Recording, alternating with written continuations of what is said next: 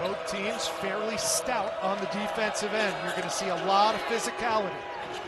Collin Murray-Boyles off. Dogs bounce back and fight here in front of Stegman Coliseum at home. South Carolina had 19 turnovers in their loss to Mississippi State. Has to be a little bit more assertive, Rich. I think at times.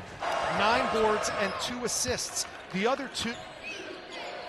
20 scouts on hand from 12 different NBA franchises, in large part due to Asa Newell, but also due to that young man, Collin. Bulldogs over the Gamecocks 18-16. Alongside Damian Fishback, I'm Rich Hollenberg. Collin Murray-Boyles bullying guards on the block. Now Godfrey trying to check CMB. And this Gamecocks team in points, rebounds, steals, and seeing what their team's made of. Murray-Boyles, we know what he's made of.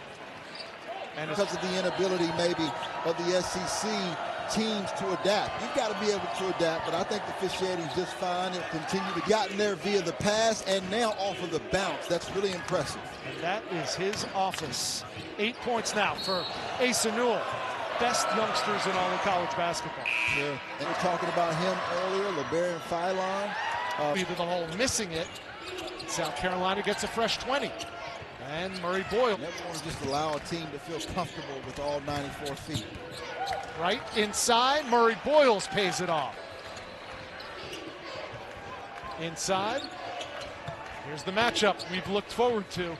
CMB working on Asa Newell off the window. Create problems for South Carolina. A lot of time, but you got to get hot defensively. Tough 2 by Collin. Hey, just went in and out. He can do some things offensively. Oh my goodness. Play of the game. The Dunkyard Dogs are at it again. And CM. Here's Murray-Boyles at the line. This is another exciting night of SEC gymnastics on Friday night. Is acting like they've never seen a press defense full court before.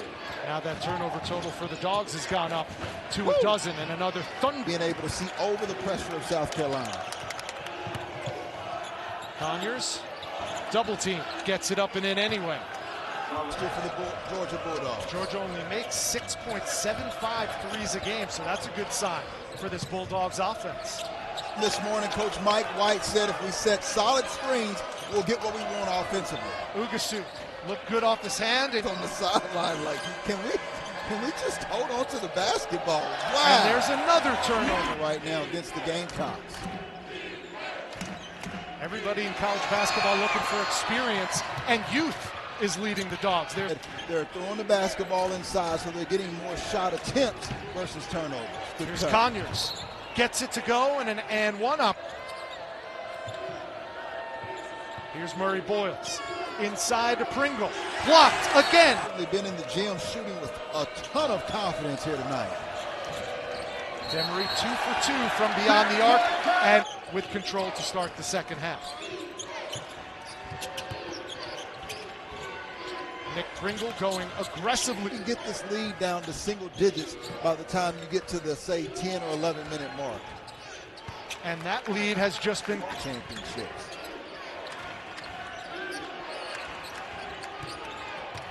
Here's Murray-Boyles, double teamed in the post. Gets it out, 8 on the shot clock. Georgia looking to snap a 4-game losing streak. Here's the steal by Collin Murray-Boyles. Puts it in spin cycle and gives it up, so give him the dime. Maintaining respect. That one tapped away by Davis. He's on the leak out, and he misses. Murray-Boyles, he's on the block against the guard and Silas Demery. Thomas for 3, no. There he is, CMB with the offensive board. Back out. In and out. And that's a steal by the Gamecocks defense. And an easy 2 for Conyers. 7 on the shot clock for the Dogs. Here's LeFew. Pocket pass to the freshman Newell for the first 2 of the game. A huge stride this year. Best 3-point percentage on the team. That one swatted away by Murray-Boyles.